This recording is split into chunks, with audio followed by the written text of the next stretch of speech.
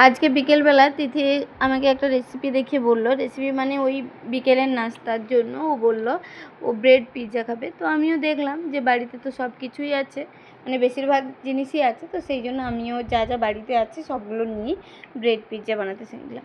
এখানে আমি brown bread দিয়ে দিচ্ছি, কেননা এটা আমি বাবুকেও খাওয়াবো, তাই ও দিদি কিছু খেলেই ও তো মানে কান্নাকাটি করে, তাই আর কি।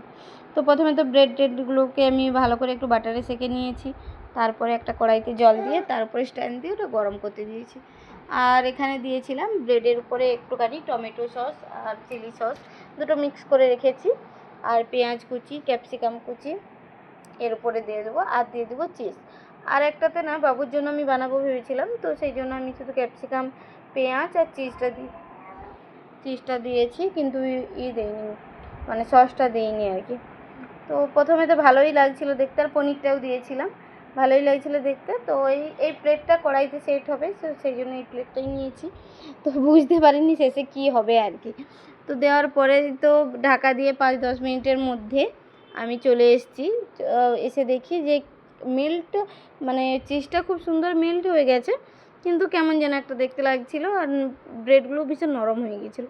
তাই আবার ওটা না কড়াইতে একটু বাটার দিয়ে আমি আর একটু ভালোভাবে সেঁকে নিয়েছি।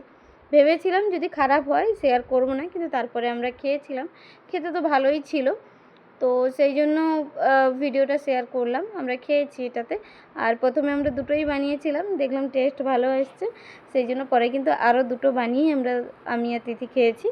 তো ঠিকঠাকই ছিল আর কি, মানে প্রথমে একটু গড়বড় হলেও শেষে কিন্তু ভালোই হয়েছে।